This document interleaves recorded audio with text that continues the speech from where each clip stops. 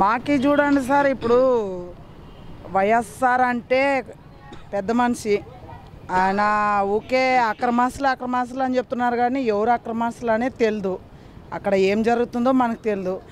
జగన్ అంటే ఒక తల్లికి కొడుకు, ఒక తండ్రికి బిడ్డ, అతను కూడా ఒక ఛాన్స్ ఇచ్చి చూడాలి కదా. ఎప్పుడు ఆ మనిషినే సన్నసూపు చూసి గెలిచిన వాళ్ళనే గెలల్లా, వాళ్ళు ఫ్యాన్స్ వీళ్ళు ఫ్యాన్స్ అనడం కాదు. దెబ్బతిన్నోడే, ఇప్పుడు నేను దెబ్బతిన్నాను నమ్మ, ఇప్పుడు వాళ్ళ జత బట్టి నేను దెబ్బతిన్నాను అబ్బా, మరి వాళ్ళని జత పట్టకూడదని మనం అనుకుంటాం. అట్లా వాళ్ళు అనుకున్నాలా. ఇప్పుడు ప్రజలకి 2 రూపాయలు బియ్యం ఇస్తాము, 10,000 మేము దాంట్లో వేస్తాం దీంట్లో వేస్తాం అనేది కాదు. బీదోడు ఉన్నాడు, ఉన్నోడు ఉన్నాడు. రైషన్లో కూడా ఉన్నోడు రేషన్కే పోతున్నాడు, లేనోడు రేషన్కే పోతాడు. కానీ తప్పది. కానీ ఎంతమంది అన్న ఉన్నా రేషన్లోన ఇంటింటికి 30 కేజీలు బియ్యము ఇవ్వాలా అని ఆయన అక్కడ నుండి చెప్పాలా. కానీ మాకు చంద్రబాబు నాయుడు అంటే ఏం చేసింది ఏం లేదు.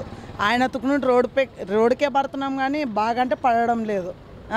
కానీ ఒక చెల్లెలుగా నేను అనుకున్నాను, జగన్ అయితే బాగుంటుంది కదా, ఆయన వస్తే బాగుంటుంది కదా. వయస్సు ఉన్నప్పుడేమి మాకు మంచిగా జరిగింది కానీ చెడ్డగా అయితే జరగలేదు. మేము ఆయననే వెనుకున్నాం. జగనే ఒక ఫ్యాన్స్ పరంగా స్టిక్కర్ వేస్తాం, అంతే.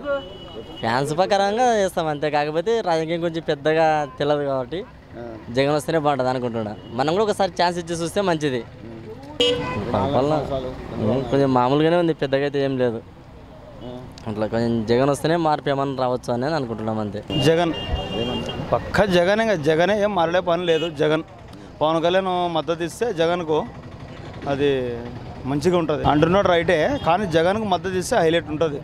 పక్క జగన్ ఈసారి రావడం ఎమ్మెగనూరులో మాత్రం జగన్ పార్టీ గెలుస్తుందని మా అభిమానం. బాగానే ఉంది కానీ ఈసారి రావేది మాత్రం జగనే అని మాకు పూర్తి నమ్మకం అన్నమాట. ఈ వీడియో గనుక మీకు నచ్చినట్లయితే లైక్ చేయండి, షేర్ చేయండి. మరిన్ని వీడియోస్ కోసం మా ఛానల్ను సబ్స్క్రైబ్ చేయండి.